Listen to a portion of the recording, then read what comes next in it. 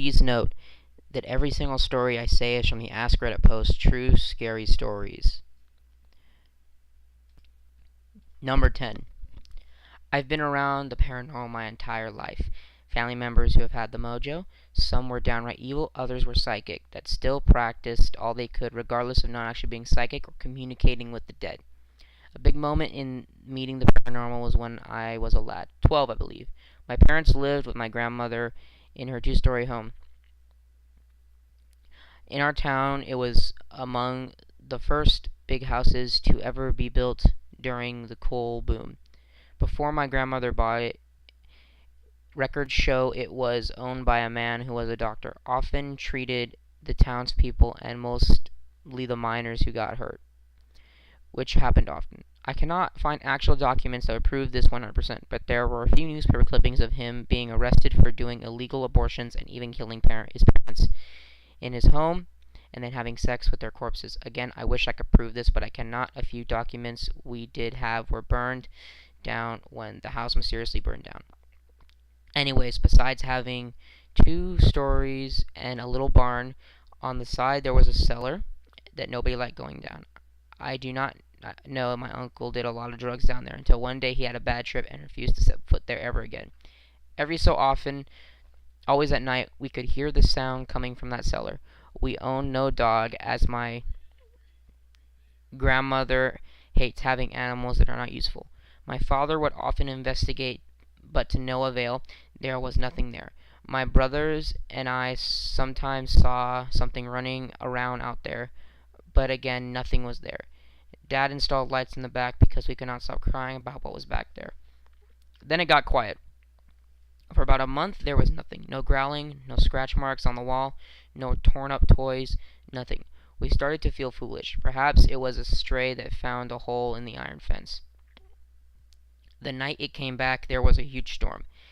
At least to a kid it was huge. Wind howling, lightning crackling in the sky, dark clouds, the whole 9 yards. When it was bedtime, my older brother was looking out the window with me, and near the cellar door we both saw that shadow thing sitting there, staring back. My brother got brave. He threw a G.I. Joe at it. It didn't even move, not a blink. We told Dad. He went out and saw nothing, even though it was right freaking there. That night, we finally fell asleep. I had a dream I was in the backyard going to the bathroom. There's an unused outhouse out there. Dead in the night. It was there. It was something horribly ugly. A half dog, half human thing, as if it got stopped in the middle of changing into a dog. It chased me and I ran. When I got to the back door, it bit into my left leg and dragged me away to the cellar. I woke up screaming. My brother was shaking me awake, crying, yelling for Dad. My leg was cut open and I still have the jagged scar. Faint, but it's still there.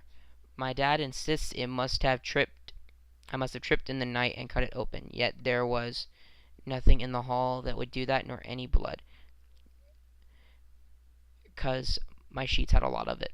This is how I remember it. To be fair, I was only 12, so this is through a child's eyes. Number 9. So I have a few interesting events, but I'm just going to talk about the one that scared me the most. So I had just gotten home from high school. I walked into my living room and sat down at the table, immediately began working on the school project so I could actually have some time to relax. Now, where was I working? I was in a view of my bedroom door, which I had left open from earlier in the day, so I began working. It was nice and quiet. Then I heard a light creaking sound coming from my bedroom. I didn't think much of it. I thought it was probably my dogs moving around outside my room. I continued working. Then I heard the same said creaking noise again. I ignored again, thinking once again to the dogs, until I realized my dogs were outside. I still brushed it off and kept working. As I continued working, it got more and more uncomfortable. It felt like someone was just staring through a hole at me. I began to glance at my bedroom door more frequently. It just felt like something wasn't right. Then at some point during all this, I saw at the corner of my eye my door move, opening just a little bit more. At this point, I am legitimately spooked. And I just resolved to go see what the hell was with my bedroom door. I stood up, and then, as if on fucking cue, my bedroom door slammed shut so forcibly I felt the entire house just shake. I lost all courage at that point and darted out of that house. I managed to stop myself outside and calm myself down. Right as I calm myself down, I hear another loud bang coming from inside the house. I then just run to garage to get my dad. I tell him what happened, and I can tell he's skeptical, but he agrees to check the house with me. We check the house, and of course there's nothing there. Then we check my door. There's now a giant crack in the door. I had a few other things happen, but that is the one that scared the shit out of me the most. Number 8. This story is from when I was about 6 years old, so take it with a grain of salt. I've practically lived in this house my whole life. I'm 18 now. Found out a couple of years ago that this house was made in the very early 1900s and definitely has its share of wear and tear around the place, but surprisingly it's done well as far as holding up. Some strange occurrences has happened after this, but nothing too astonishing, including a time when my mom and I were doing spring cleaning around the house and found a single penny in nearly every single corner of the house. Strange, but not scary.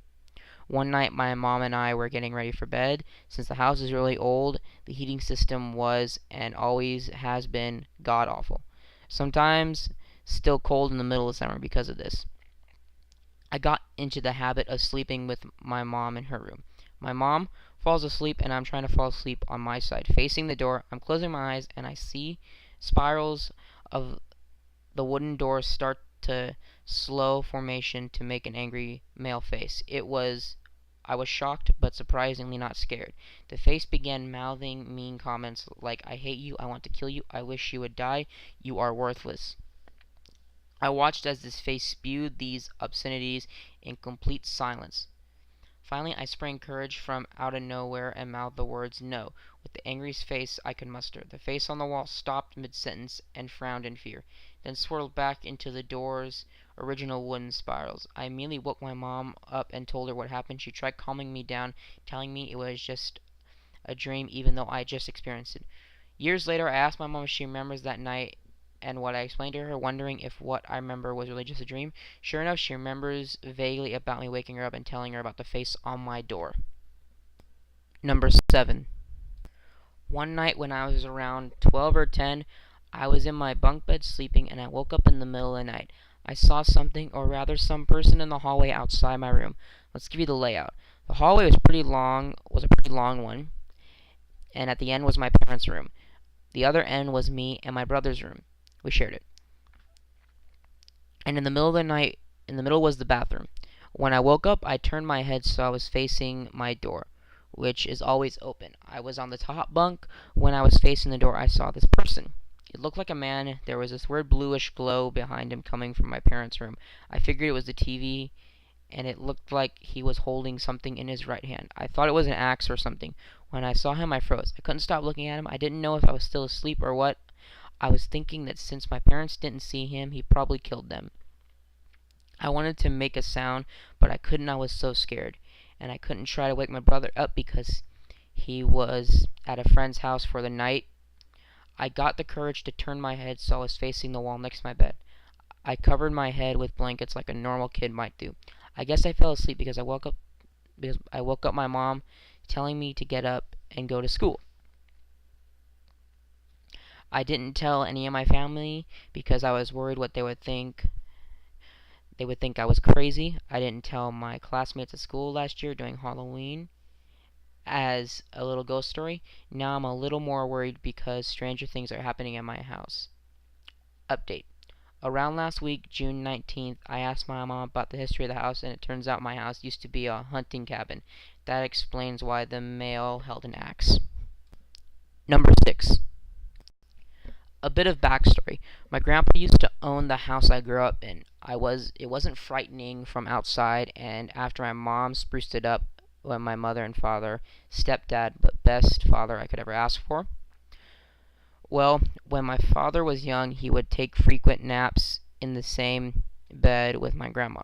One day he woke up before he realized something was wrong and called 911. There was nothing anyone could do. She had passed away in her sleep. Fast forward to when I was about 10 years old. I didn't know at the time that it was the same room she had passed away in.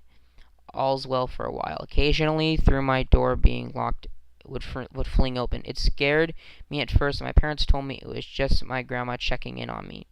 A few days passed, and I fell fast asleep. I can't remember how long I was sleeping, but I slept light. And with all wooden floors, I would have been woken up with a slightest creak. That's when I felt pressure being placed on my pillow, right next to my head. I rolled over and looked and saw a frightening yet peaceful thing. An old woman's hand was resting on my pillow. Though as I looked up to see if it was Great Grandma, the arm faded and disappeared, and it was just an arm. I told my parents, who confirmed that they saw her too, but she wasn't violent and told me she pulled the drawers out and opened the cabinets.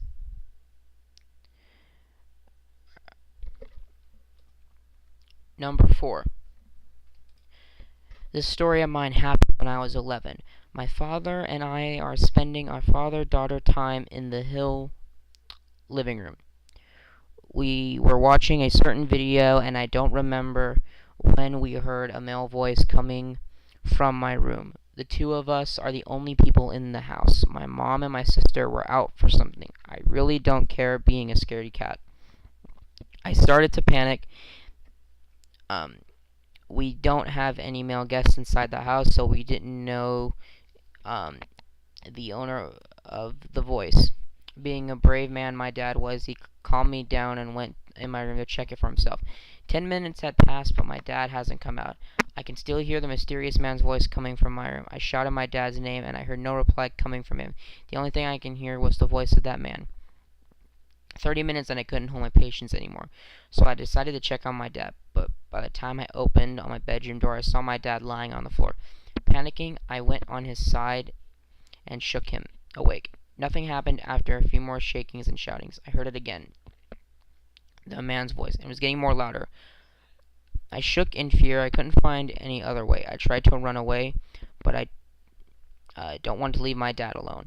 So what I did was I held my dad close and closed my eyes and waited for my mom to come back. As the voice became loud enough, I heard the first few words begin to make out by the man. All I can remember were the words, "You can feel pain in hell. Come with me, I'll show you what it means." It had been stated for many times. Suddenly I heard the bathroom door or my room being opened. I scrambled my way under my bed, leaving my daddy's unconscious body on the floor.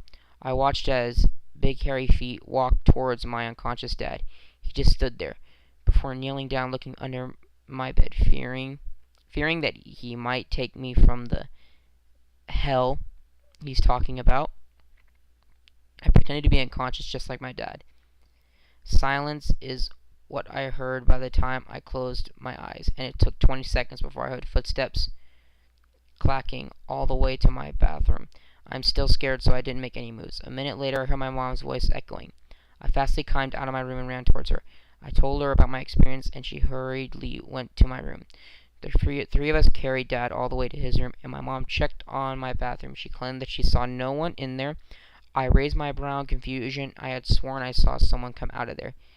It's only your imagination, Jessica. That's what happens when you watch horror movies. That's no imagination. It's true. It's been 5 years since it happened, and I'm still traumatized to go in my bathroom. Ever since that incident, I always use the downstairs. I can no longer hear that man's voice, but I know it's still there, waiting for me to come in so he might get me and take me to hell. Number 3. So I have never told anyone this before. I'm afraid people will think I'm crazy. When I was about 8 years old, I went to stay with my cousin in their rural town. My aunt was a school teacher, so she took care of us. During the spring break, one night I was in my girl cousin's room and we were staying up late talking. The lights were off because we were supposed to be asleep. It must have been a clear night because there was a nice bit of moonlight coming through the window. What caught our attention was the greenish hue that took over the room. We look out our window, and across a cow pasture lies some trees in a forest area. Above the trees, we see this yellow-greenish ball of light. It looks too big to be a plane or a tower. From my perception, it looked like it was about half a mile from us. It just floated there for about 2 minutes and slowly started descending. It was very slowly. We were able to grab our cousin to see it too before it fell into the trees. And then, out of nowhere, it just shoots back into the sky, and that scared the shit out of us. I never have seen anything move so fast. It just went up so fast and it was gone. Okay, so this part has to be the scariest part, and I doubt anyone will believe me. The next day, me and my cousin are playing outside. It's sunny and everything is nice so far. We are playing in the clubhouse and down by the drive, and there's a huge ditch. We see this purple figure running down the hill. We both saw it. We couldn't believe it. It looked as though it were wearing a cloak. It didn't look real, and it was looking at like a hologram. I'm not sure how to explain it. I don't know if that's a ghost, if what a ghost looks like, or maybe it was just some type of hologram figure. At first we joked about it. We were like 7 and 8 years old. So I guess that was the best way we could cope with what we saw. We never told anyone, and even today I wonder if she remembers. I'm too nervous to bring it up. We're 25 and 26, so it was about 10 years ago this happened. I'm not sure if it's a coincidence, but never since that happened, she started getting night terrors for a few years. Number 2. Growing up, I lived on a ranch with my family in one house, and my grandparents and my great-great-aunt in the other. My aunt Joanna was my grandfather's aunt. She passed away at 78. She would always sit in a wrinkled chair next to a stand with a lamp, and she was the first thing you saw when you walked through the door. A few months after passing away, my grandma placed an antique doll and some flowers in my aunt's chair. And on the lamp stand that same weekend, my grandma received a phone call from one of her relatives, not related to my aunt, who lived halfway across the country. This relative had no previous knowledge about the doll and flowers. She said to my grandma, "Joanne told me to tell you that she really likes the doll and flowers that you put on her chair, and that your mom, Linda, still hasn't learned how to speak English, even though she's been here all this time." We were all freaked out. The relatives who called has been said to have psychic abilities, though we never took it seriously. But the fact that this was probably impossible for her to have immediately known about the doll, her living out of state, removed any doubts we had. Number 1. A cousin of mine had to stay overnight after giving birth. The hospital was quite old, and there weren't many patients in the hospital. My cousin was staying on the top floor. There was a total of 3 people on the floor, my cousin and 2 nurses. That night, while my cousin was sleeping, she suddenly heard the sound of the showers turning on. She thought it must have been one of the nurses, but then she noticed something else. There was absolutely no light coming from the bathroom. My cousin panicked and pressed the buzzer. A nurse came in, and my cousin told the nurse that there was someone in the shower. The nurse turned all the lights on and called the other nurse and a security guard. They proceeded to open the door. What they found in it was nothing. Although the shower was still going, the security double-checked the bathroom and concluded that there was a handle that was probably broken. He tied a string around the handle so it wouldn't move. My cousin was then alone to sleep, but she insisted that the bathroom door is locked from the outside. The lights turned off, and she went to sleep. She is then woken up by the sound of crying coming from the bathroom. She utters prayers continuously until she falls asleep from exhaustion. The next day, she hurriedly went back home, prayed numerous more times, and moved on. Took a while for her to talk about it. There are some aspects of the story I don't get, like the shower handle. What kind of shower handle turns on by itself if it's broken? I mean, what type of shower handle is easily fixed by tying some string? I couldn't help but feel that she has not told me the full story.